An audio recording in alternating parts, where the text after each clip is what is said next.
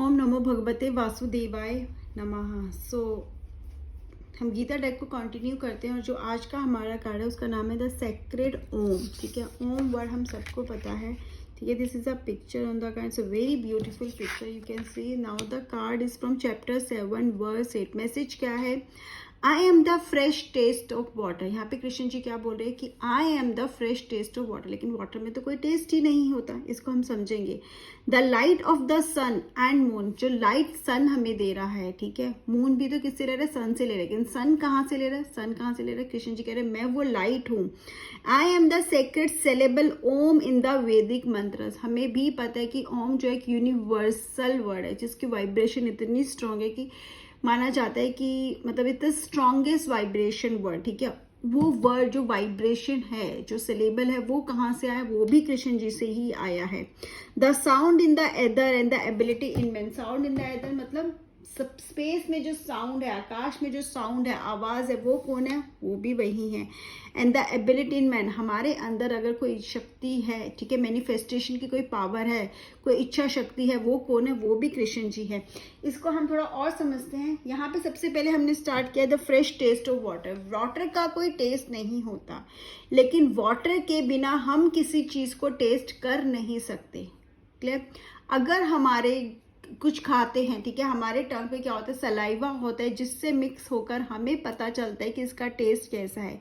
तो उसी तरह से वाटर के बिना हम किसी चीज को टेस्ट नहीं कर सकते। इसीलिए यहाँ पे कृष्ण जी बोलते हैं I am the fresh taste of water, क्योंकि जो भी हम चीज खा रहे हैं, जो भी हम उसको फील कर रहे हैं, वो वाटर की वजह से ही है। सॉलिड चीज को हम टेस्ट नहीं कर सकते अगर वो वाटर के साथ मिक्स नहीं होगी, हमारे फ्लूइड के साथ, हमारे सलाइवा के साथ मिक्स नहीं होगी।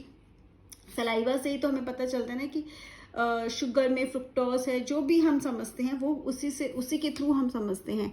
तो वो टेस्ट कहाँ से आ रहा है? किशन जी बोल रहे वो वही है, उन्हीं की तो एनर्जीज है। अब हम बोल रहे हैं कि सन मून जो हमने अभी समझा, हमें यहाँ पे रोशनी मिलती है, कभी रोशनी है, कभी अंधेरा है, फिर रोशनी, फिर अंधेरा है, लेकिन ये चक्र है। ये रोशनी आई कहाँ से? लाइफ आई कहाँ से? Sun is the father of the human life. ठीक है, ह्यूमंस, हमारे फादर कौन है? सन। लेकिन सन को ये लाइट कहाँ से मिली? कृष्ण जी से, क्योंकि जो भी लाइट आ रही है वो खुद ही है, उन्हीं से जनरेट होके जो लाइट है, जिसको एक सन का रूप मिल गया। एंड just अगर हम बोले कि ये सारी एनर्जी, सिलेबल एनर्जीज, मंत्रों की जो शक्ति है, ओम जो सबसे कहते हैं ना पावरफुल, सबसे शक्तिशाली मंत्र है, इसकी एनर्जी कहाँ से है? इसकी एनर्जी को, वो एनर्जी भी, वो जो शक्ति है, वो जो पावरफुल है, ठीक है, वो जो एक एनर्जी को कैरी कर रहा है, वाइब्रेशन को कैरी कर रहा है, वो वाइब्रेशन भी तो कृष्ण जी ही है। उन्हीं की तो एनर्जी है जो पूरे वर्ल्ड में माना जाता है कि सबसे स्ट्रॉन्ग एनर्जी कैरी करता है। साउंड इन द एदर, अगर हम उस एनर्जी को, उस शब्द को सुनना भी चाहे तो हमें क्या चाहिए? साउंड तो ट्रेवल करना चाहिए। और साउंड ट्रेवल किसके थ्रू करता है? स्काई में, स्पेस में, एयर के थ्रू। ठीक है, अगर आकाश में साउंड ट्रेवल करेगा तो एयर के थ्रू करेगा ना। तो वो एयर कौन है? उस आकाश कौन है? वो भी कृष्ण जी की ही एनर्जीज हैं।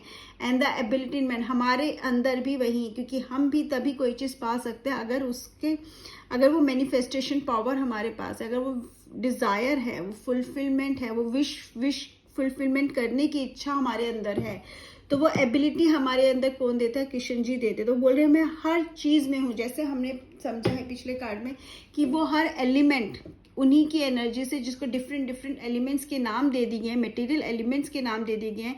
इसी तरह से हर चीज में तो वही है ना। वो एलिमेंट्स को आप अगर जितना ज्यादा आप उसको एक्सपैंड करते जाओगे, आप क्या करोगे? इस एनर्जी को बस डिस्ट्रीब्यूट कर रहे हो, लेकिन एनर्जी का फॉर्म तो वही है ना। बेसिक जो रूट है वो तो कौन है? वो सुप्रीम पावर ही है, कृष्ण जी ही है, उन्हीं से सब निकला है। तो फिर ये बात हमें समझनी चाहिए, सब कुछ उसके अंदर है। और जब हम ये समझ जाते हैं तो कहीं ना कहीं हमारी लाइफ थोड़ी इजी हो ही जाती है।